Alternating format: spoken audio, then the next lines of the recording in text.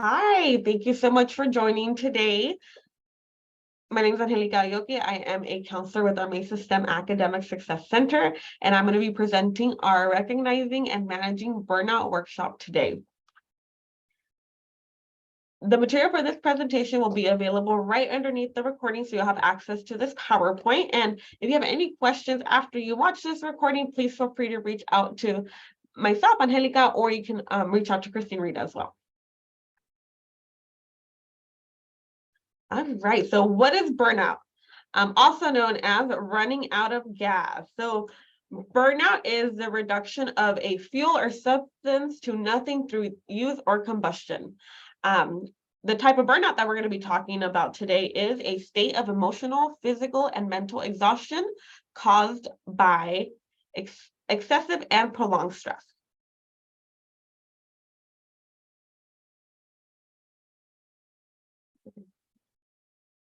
So who is at risk of burnout? So as a STEM student, you may have experienced already that you are taking some of the most challenging and demanding courses that we offer at this college. Sometimes your loads might be a little overwhelming, and you might feel that you're starting to feel stressed and you have too much on your plate. But we're here to talk about that.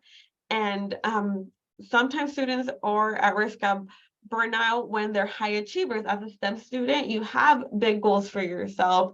You're committed, you're motivated, you want to do well. Students sometimes are at risk of burnout when they have the I can do it all and I'm passionate about what I do mentality. And oftentimes it's a little bit harder to see it coming when you have this perspective, because you're working really hard, you're go, go, go, and all of a sudden you hit a place where you are faced with burnout and you're overwhelmed, and it's hard to overcome that and get back into the groove of being a student and staying balanced. Oftentimes students who are working long hours, exceedingly heavy workloads, enormous pressure on self to excel, that is the perfect recipe for burnout. So these are just some things to look out for if you are worried about that you might be facing burnout. So now I'm going to be going over some stressors that are common when students are approaching a state of burnout. And there's a few stressors. So there's physical stressors, so you feel it in your body. Maybe begin to feel it with headaches, stomach aches, or stomach problems, fatigue. You're starting to feel exhausted. You're more tired than usual. Social stressors, you begin to lose connections with your loved ones, with your peers that you were, normally used to interacting with friends. Like I mentioned, STEM courses demand more time and energy of you. So a lot of the times you're focusing your energy primarily to your academics, to your education, and you might begin to neglect some of your social connections. So it's really important that you maintain a good balance across the board. Sometimes negative connections, if you have toxic relationships or just negative relationships that are not helping you stay motivated and supportive, that can also be a huge stressor. There's family stressors, like having relationship problems with your parents, your spouse, your siblings. Sometimes your parents might not understand the demands of your academics, right? They might be questioning, why are you at school for so many hours a week? Why are you never home? So some of those stressors often pop up. You might have financial obligations, having to work a full-time job, having to work a part-time job, that adds to your load every semester. Commitments, it could be family commitments, it can be commitments to your work, to taking care of a sibling, to taking care of your kids, and different expectations that others or that you may have of yourself. spiritual stressors, so questioning your spiritual beliefs or values, and even neglecting your beliefs. So, distancing yourself from your spiritual needs. And then, of course, as a student, you all experience academic stressors. And this can look like, when you have exams coming up, especially during finals week, even during midterms, or just any exams that pop up throughout the semester. Sometimes you have multiple exams happening during one given week. So you have to begin to maintain a strict schedule and a good balance in order to dedicate enough study time to preparing for each of the exams that you have coming up. Assignments. It's very common that you're having assignments on a weekly basis. So it's important and good practice that you maintain a calendar, or utilize some form of time management strategy like a weekly schedule to keep yourself on task. And busy schedules can also be an academic stressor. If you're having back-to-back classes, if you're having long labs, if you're in class in the evenings and it impacts your day-to-day schedule, these can all be stressors that you might be facing in your academics. So now let's talk about a state of chronic stress and what that leads to. So if you are continuously in a state of stress, you might begin to feel more physically and emotionally exhausted. You might begin to be cynical and detached. It reduces your productivity. So usually when you were able to stay motivated and stay focused, now you're having a hard time staying focused. Now you're having a hard time staying on task and jumping into your study hours. You might be feeling ineffective or feeling like you're not accomplishing what you're hoping to accomplish, even if you're working hard. Now you have that sense where you don't feel that you are achieving your goals. And something to keep in mind is that this all doesn't happen suddenly. Sometimes it starts, with that snowball effect. It's one thing that leads to another, then leads to another, and then it just gets kind of big out of nowhere. It creeps up over time and it's slow, and it begins to impact your entire life. And sometimes it does have challenges in terms of getting reorganized and recognizing that you are experiencing a state of stress. And it can be really hard to recognize that you're leading up into a situation like this. But there are warning signs that you want to watch out for.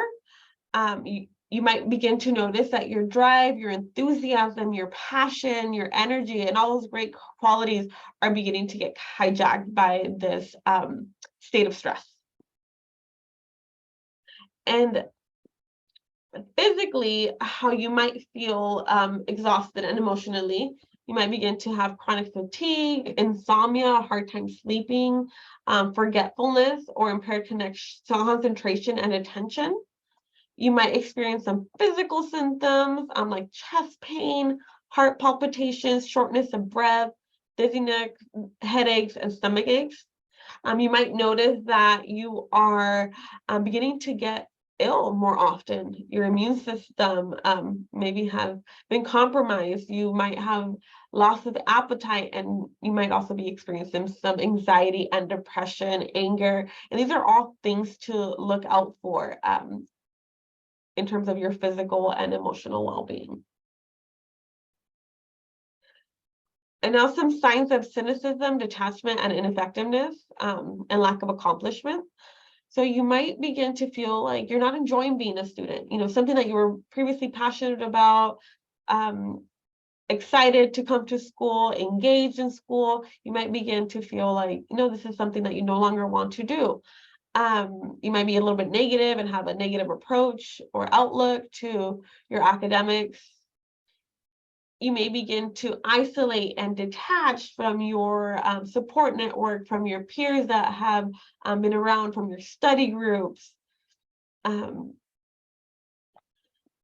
you might also get feelings of apathy or hopelessness. And this is really important to look out for this because we want to make sure that we get you the support that you need ASAP.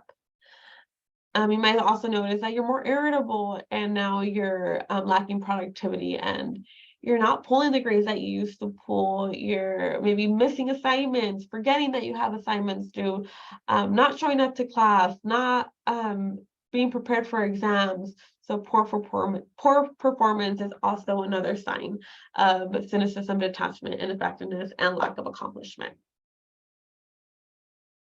Next, some behavioral signs. So withdrawing from responsibilities, maybe beginning to ignore your responsibilities, or like I mentioned, not showing up to class, not completing assignments. Again, isolating yourself from others, procrastinating, taking longer to get things done, waiting till last minute, avoiding assignments, avoiding studying, using food, drugs, or alcohol to cope, taking out your frustration on others. Now this begins to affect your relationships with people negatively, skipping work or coming in late and leaving early.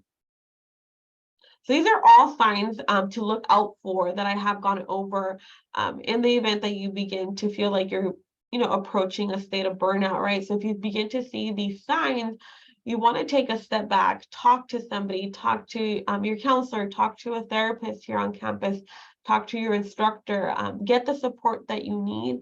But we urge you to reach out so that we can get you well connected and supported and get you back on track. So overcoming burnout, super important that that you're able to recognize that you have entered into a state of burnout and that you get the support that you need by getting connected. We do want you to take some rest, take some time off, take a break to really get yourself balanced, to ensure that you are feeling well and rested. Because if you're not well, then everything else around you will continue to suffer.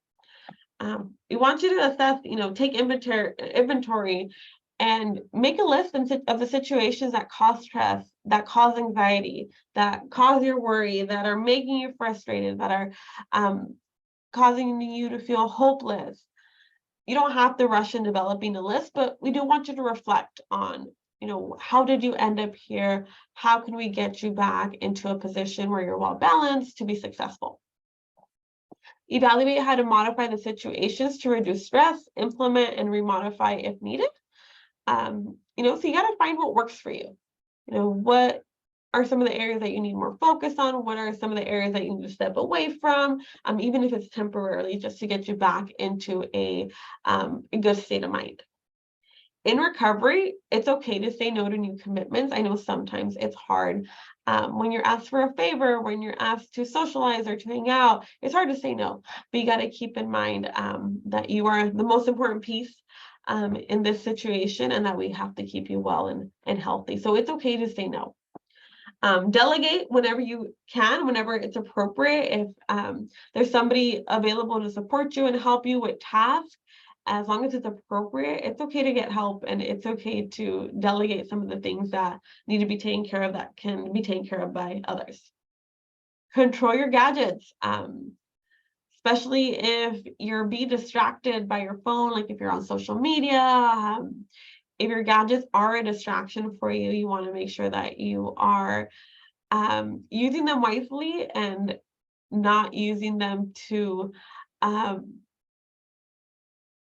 distract you.